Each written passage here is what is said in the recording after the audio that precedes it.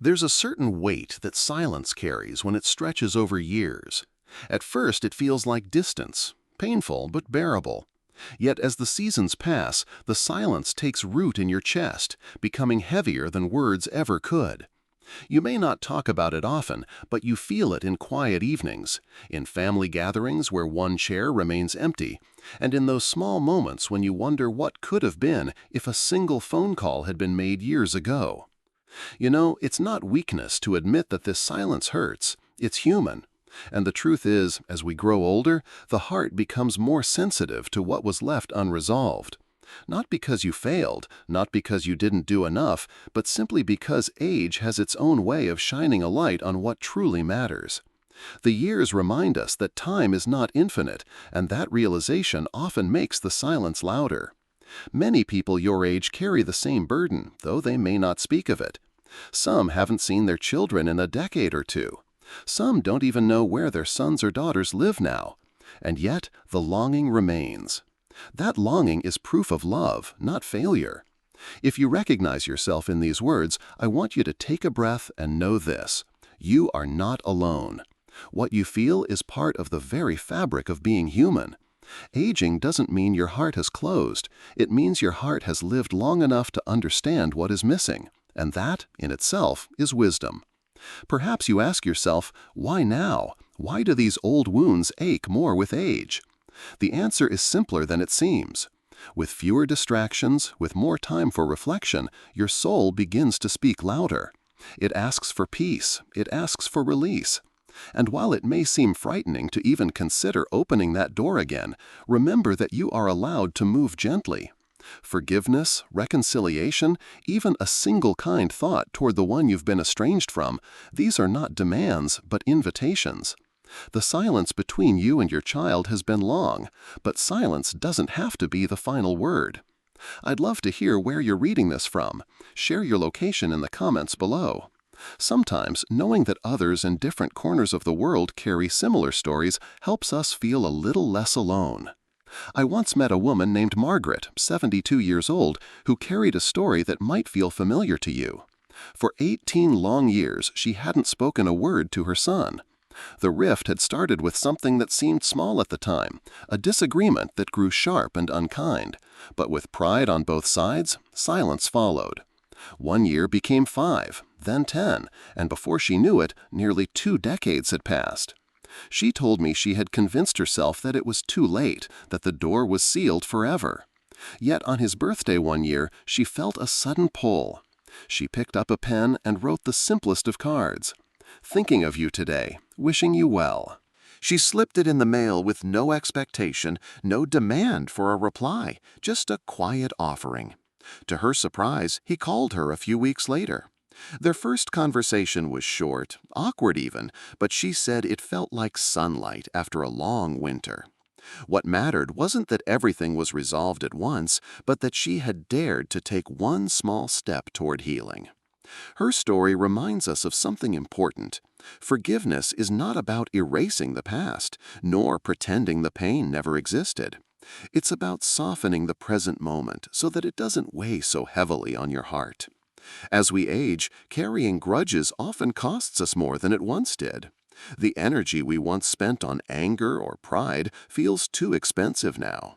What once seemed like strength, holding your ground, refusing to bend, can feel like a burden in your later years.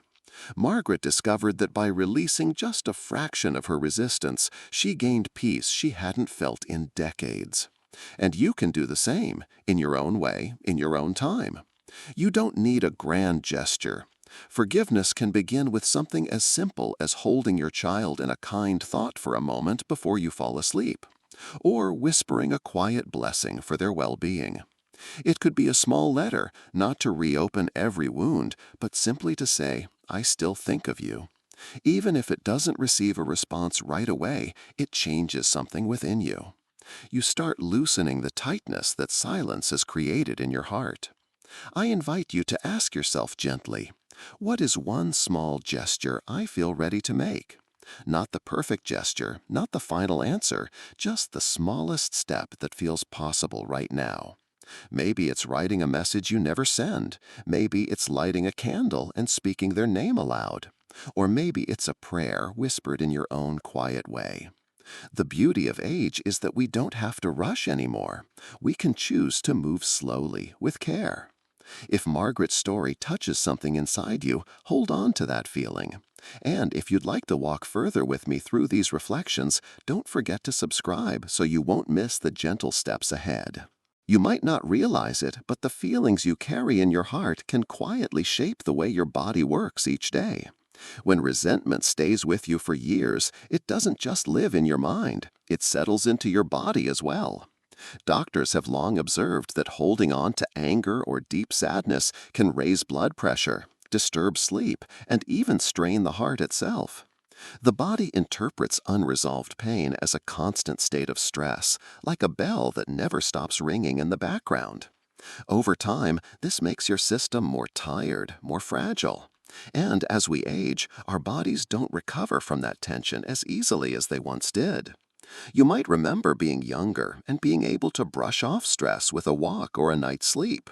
Now, in your 60s, 70s, or beyond, the same emotional weight can linger for days, even weeks, because your body is asking you for gentler care. That doesn't mean you are broken. It simply means your system has lived long enough to become more sensitive to the storms within. Forgiveness, then, is not only an act of kindness for the soul, it becomes a form of medicine for the body. Releasing a long-held grudge can ease the nervous system, calm the heartbeat, and even soften chronic tension in the muscles. You may have noticed how your shoulders tighten or your stomach churns when you think of the silence with your child. That is your body speaking to you. Imagine instead what it would feel like if those moments carried less sharpness, if they were touched with a sense of peace rather than bitterness. This doesn't require instant reconciliation or even a phone call. Sometimes the body begins to heal the moment you allow yourself to whisper, "I no longer want this anger to own me." There is a quiet shift, like loosening a knot that has been pulled too tightly for too long. Have you noticed how your sleep feels on nights when you go to bed holding on to heavy thoughts? And how different it feels, even slightly, when your mind is softer, calmer, at rest? These small observations are clues. They remind you that your body longs for peace just as much as your heart does. Forgiveness may sound like a gift for your son, but truly it is also a gift for your own heartbeat, your own breath, your own remaining years.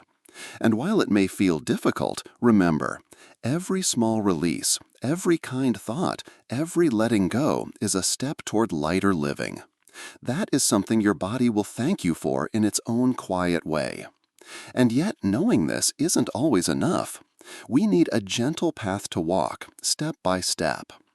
When the idea of reconnecting after years of silence feels overwhelming, it helps to think of it not as a single leap, but as a series of small, steady steps.